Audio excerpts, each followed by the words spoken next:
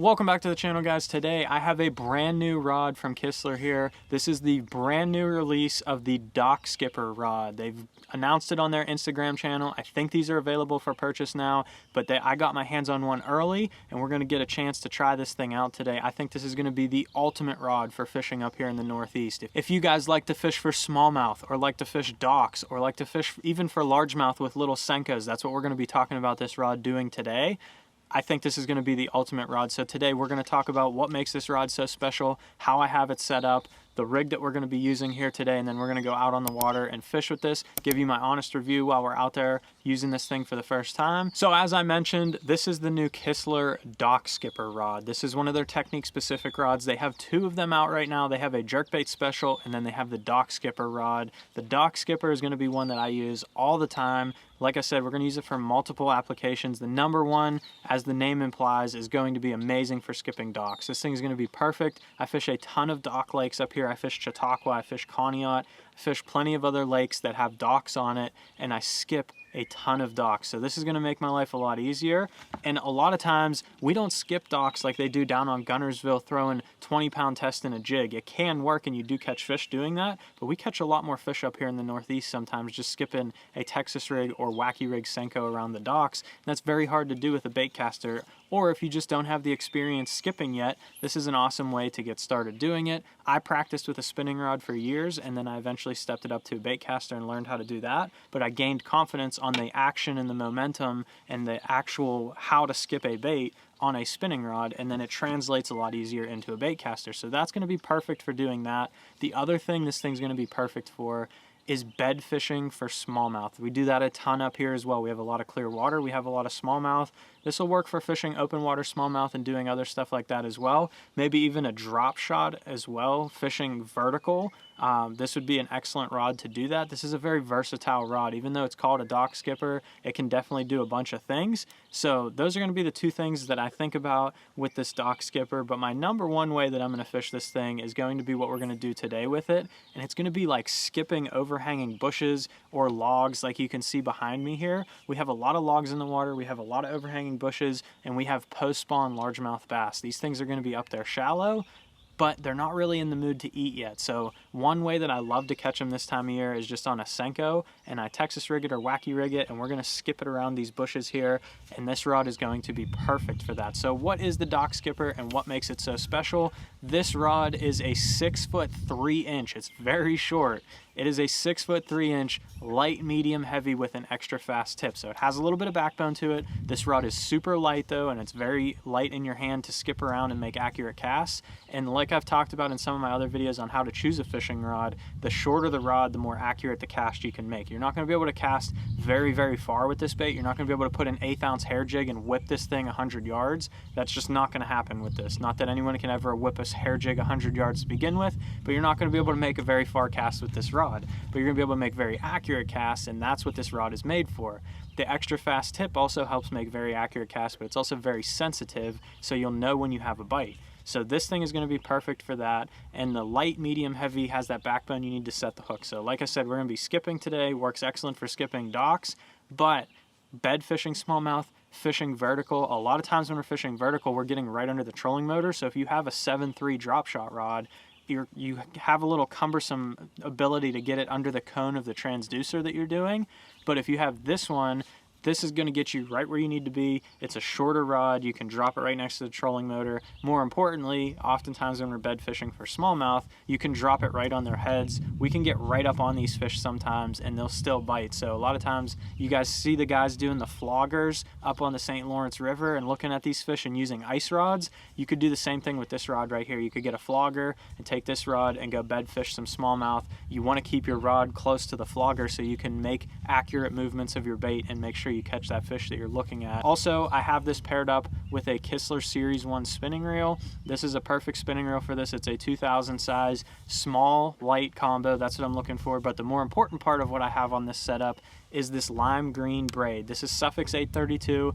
This is going to be awesome. It's 15-pound test. It's going to be awesome for knowing when fish pick up that bait. Like I said, we're going to be fishing Senkos and wacky worms up here on the bank today, and this green line, what that's going to do is when you cast your Senko up there, you can tell when the line's going out, so you know your bait's sinking because it sinks very slowly. More importantly, when you actually get a bite with this, you could see the line jump, you can see the line swim left or right, and it will just allow you to know when those fish pick up that weightless bait, even if you can't feel them. So it's going to allow me to land more fish. That's why I always fish 15-pound lime green braid on all my rods. And then I just have an 8-pound fluorocarbon leader tied on here. I got about 10-12 foot of it. Big section, clear water. I'm throwing a longer leader so that they can't see this lime green braid, but I can still get the benefits of doing so. And like I said, we just have a Texas rigged clout from 6th Sense here. We got no weight on this bait. All we're doing is pitching this around the logs and letting the weight of the bait just slowly fall next to it. We have very lethargic fish, and this will allow us to get some bites. So let's get out on the water, skip this thing around, and see if we can pull some fish out from underneath these bushes and logs. And we can see how effective this rod is as getting some fish out of some tighter cover and making very accurate casts with these small weightless worms. So this dock skipper rod is going to be perfect, like we talked about, for skipping docks and bed fishing smallmouth, but it's also going to be perfect for fishing just like this, like we're looking at here. We have overhanging bushes, we have logs on the bank. We need to make very accurate, tight casts up there on the bank, just like that, right next to that log. We'll let that bait sink there, and that's what we're going to be doing with this bait here. You want to make very tight casts. We have post-spawn fish today that do not want to eat or move very far for a bait, so I need to make very accurate and tight casts to the cover that these fish are hanging on. And oftentimes I'm going to need to, I can't do an overhead cast with this tree right in my way, so I'll need to make a skip underneath there, and it's perfect. I'm not going to hit the console on my boat. I'm not going to slap the water. I can just skip it right under this tree, throw it right up there to the edge of that grass line, and hopefully catch a fish. I mean, this rod's going to be perfect for doing multiple things. It's not just for dock skipping, even though it's going to be an amazing dock skipping rod. This is probably going to be my new Senko rod for pretty much all time. Wacky rigs, Texas rig Senkos. This is going to be like the greatest setup for doing that. And it'll also work great for throwing drop shots and Ned rigs as well, especially on smallmouth up north when we're looking at them and doing stuff like that. But today, no smallmouth on this lake. We're just doing some largemouth. We're going to throw this thing around, skip around some of these laydowns and bushes, and hopefully we'll catch a bass along the way.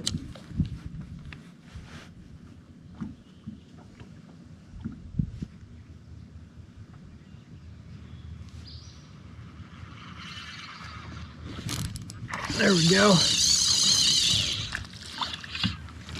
Oh, absolute baby. But we caught a fish on the new dock skipper rod right here, and you can see I have an overhanging bush and I had a little opening right here in the weed lines. We'll let him go. He was bleeding a little bit. I had an opening, just a little cut right here, and I was able to flick that right in there, make a very accurate cast, land that right where that fish was, and be able to catch that fish. So let's keep fishing around with this thing, see if we can get a bigger one.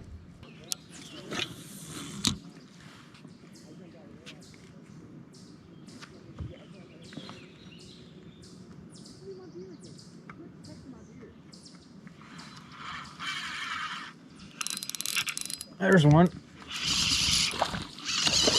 It's a better one too.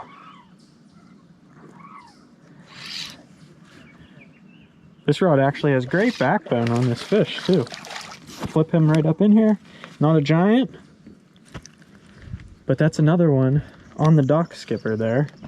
Not a bad one. That's probably the biggest one of the day so far. We're going to go ahead and throw him back. And let me tell you, I would not sell you something just because someone's giving it to me, paying for it, anything like that. I do not want this channel to become that. Look like I'm doing stuff just for the money, anything like that. But the sponsors, they do help me. They're going to help me fish tournaments and do more videos for you guys in the future and allow me to do stuff that you guys will enjoy. But Kistler knocked it out of the park on this rod. I'm going to be completely honest. When the rod came and I saw it was a 6'3" rod, I was nervous. I thought this was going to be completely useless and I would end up using it as like a crappie rod. I didn't think it would be as good as it is. And skipping this stuff around these bushes up here, it is the most accurate rod. It's super lightweight. It's very sensitive. I can feel everything.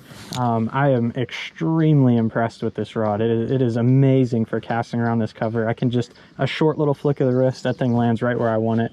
and I can get better casts to catch more fish. So I hope you guys enjoyed today's video talking about the new dock skipper rod here. This thing has been awesome. We caught a bunch of fish on it today. It's been a ton of fun using it, and I can't wait to use it for smallmouth bass and fishing docks actually with it as well. This is going to be a setup I have in the boat for a long time to come, and if you would like to check out this setup as well and get one for yourself, I will leave the links for both of these products down in the description below, and you can check these out and get one on order. They're brand new, so go ahead and run over and grab one if you're interested in doing this and you like to fish a lot of docks. And if you want to check this video out right here where I talked about more on how to choose different types of rods for what you're doing, go ahead and do that. Hit that like button down below and subscribe so you don't miss any more of my fishing videos coming up. Thanks for watching.